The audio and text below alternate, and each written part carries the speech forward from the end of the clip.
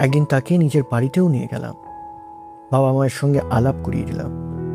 মা ওকে যত্ন করে খাওয়ালেন, গল্প করলেন। আহানার সলজ্জ হাসিতে ঘরময় ঘুরে বেড়ালো। আমি দূর থেকে দেখলাম আর ভাবলাম, এ আমি কি করছি? যে দ্বীপের চারপাশে এত যত্নে প্রাচীর তুলেছিলাম, সেই প্রাচীরে কখন একটা ফাটল ধরে গেছে, আর সেই ফাটল দিয়ে জল ঢুকছে নিঃশব্দে। অথচ নিজের মুখে কোনোদিনও বলতে পারলাম না, আহানা, আমিও তোমাকে। মানুষের মন বড় বিচিত্র। যা সবসময় চায় তাকেই সে সবসময় দূরে ঠেলে রাখে। হয়তো ভয়, হয়তো অভিমান, হয়তো হয়তো নিজের প্রতি অবিশ্বাস। হয়তো ভাবতাম সময় আছে, একদিন সব ঠিক বলে দেব, যেন সময় বুঝি আমার জন্য থেমে থাকবে। থামেনি। সেই সময়টার কথা মনে পড়লে আজও বুকের ভেতরটা কেমন গুমড়ে ওঠে, যেন একটা স্বপ্ন বা দুঃস্বপ্ন, যার ভেতর দিয়ে আমি হেঁটে গিয়েছিলাম চোখ খোলা রেখে, অথচ কিছুই দেখতে পাইনি। একদিন আহানা এসে বলল, মৃণাল বলে একটি ছেলে নাকি ওকে প্রেম নিবেদন করেছে। আমি শুনে চুপ করে রইলাম।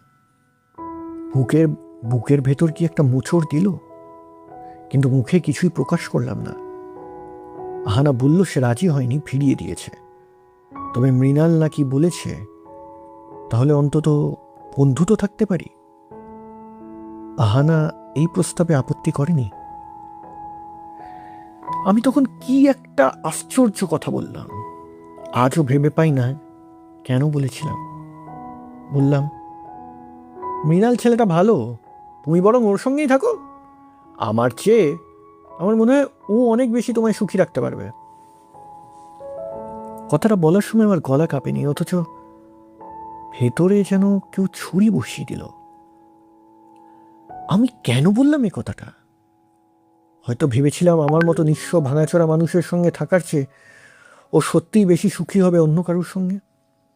হয়তো নিজেকে শাস্তি দিচ্ছিলাম। মানুষ যখন নিজের সুখকে নিজের হাতে গলা টিপে মারে, তখন তাকে কেউ থামাতে পারে না। আহানা সেদিন ভীষণ রেগে গেল, চোখের জল নিয়ে চলে গেল। আমি বুঝলাম ভুল করেছি, কিন্তু ততক্ষণে কথা মুখ থেকে বেরিয়ে গেছে তীরের মতো, যা আর ফেরানো যায় না। এরপর থেকে আমি অফিসে যথাসাধ্য দূরত্ব রাখা শুরু করলাম। কে কি ভাববে, কি কি রটাবে, এই ভয়ে আহানার সঙ্গে কথা বলা কমিয়ে দিয়েছিলাম। কিন্তু দূরত্ব রাখলেই কি মন দূরে থাকে? আমি দূরে সরছিলাম, আর ভিতরে ভিতরে আরও বেশি করে জড়িয়ে পড়ছিলাম।